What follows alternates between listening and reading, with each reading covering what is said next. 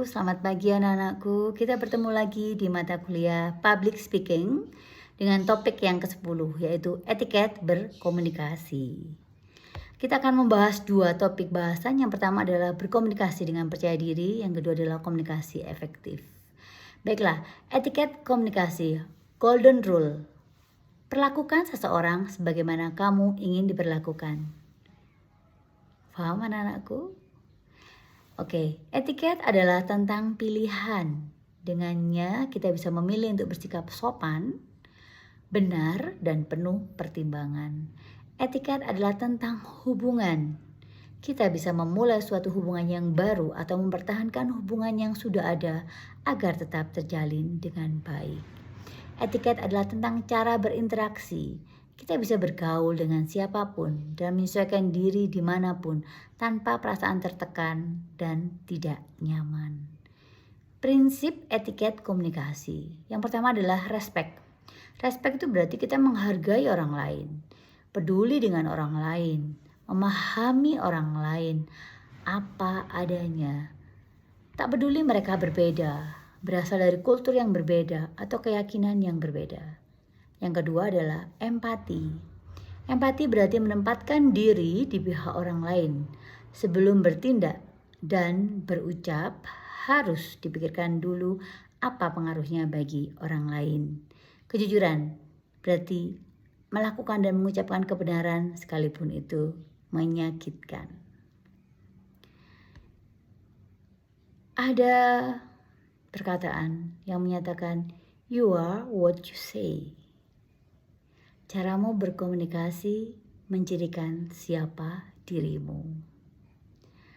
Komunikasi tidak hanya berguna untuk sekarang, tapi juga berperan penting untuk masa depan. Kalau sudah masuk ke dunia kerja, komunikasi yang baik menunjukkan bahwa kita menyukai pekerjaan, peduli dengan rekan-rekan kerja, dan kita orang cerdas, antusias, dan mampu bekerja dengan baik, maka karir akan melesat sukses.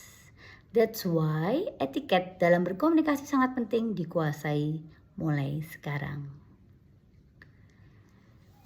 Ibu akan lanjutkan dengan etiket berkomunikasi secara positif. Yang pertama adalah kita basa-basi dan berkenalan.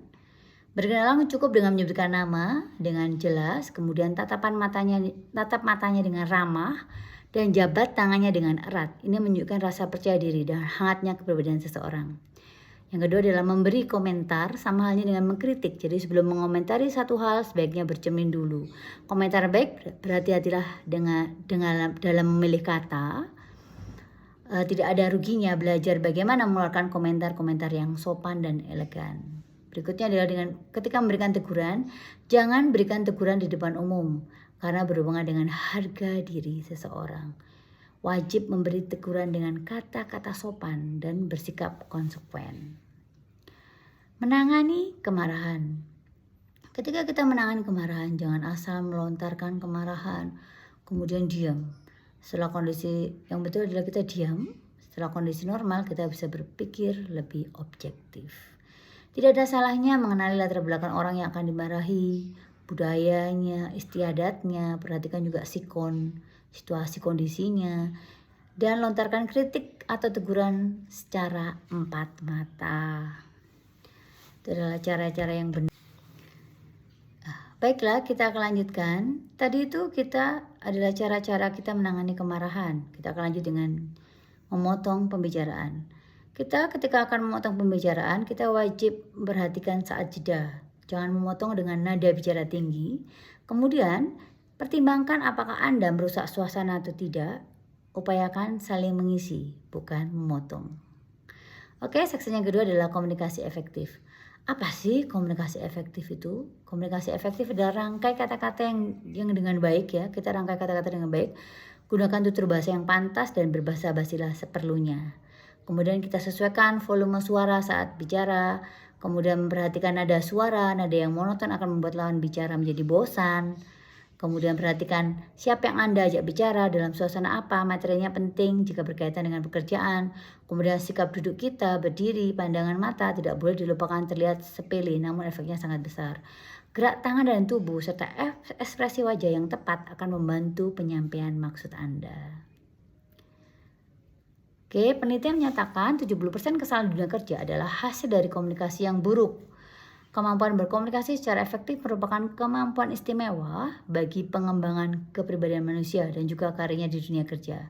Oleh karena itu, memahami bagaimana berkomunikasi secara efektif akanlah sangat penting. Dasar dan komponen komunikasi efektif. Yang pertama adalah memahami hal-hal yang mengakibatkan terjadinya salah paham. Kemudian instruksi yang tidak dijalankan dengan baik, rendahnya gairah bekerja. Dinamika komunikasi, bertanya dan menyimak. Melatih cara-cara menyimak yang membuat lawan bicara merasa diperhatikan dan didengarkan dan menjadi senang berinteraksi dengan Anda. Percaya diri dalam berkomunikasi. Teknik-teknik sederhana untuk dengan cepat menghilangkan rasa gugup ketika berbicara di hadapan banyak orang. Seni mendapatkan teman dan mempengaruhi orang. 10 rahasia menjadi teman yang menyenangkan.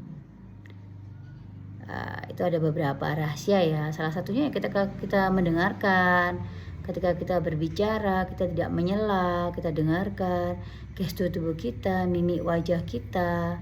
Oke, pentingnya first impression. Hal-hal yang perlu diperhatikan sebelum mulai berbicara dan menampilkan kesan yang pertama positif. Verbal, pesan yang kita kirimkan. Vokal, suara yang kita sampaikan.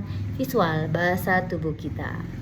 3 hal yang berpengaruh dalam komunikasi efektif. Yang pertama adalah bahasa tubuh, yang kedua adalah nada suara, yang ketiga adalah kata-kata. Berkata tidak, say no. Kenapa? Sulit berkata tidak. Kenapa yo? Karena berkaitan dengan kultur bahasa dan kebudayaan, maka sulit menolak permintaan alias to the point. Tolak dengan senyuman manis dan tutur kata yang menyenangkan. Kalau tidak bisa secara langsung, tolak dengan menghindar. Kita gunakan 3 kata ajaib. Tolong, terima kasih, maaf. Oke, baiklah. Itu adalah hal-hal yang Ibu sampaikan di topik kita ini. Kita akan berjumpa di topik yang berikutnya. Terima kasih anak-anakku semua. Tetap semangat. Wabillahi hidayah. Wassalamualaikum warahmatullahi wabarakatuh. Selamat pagi.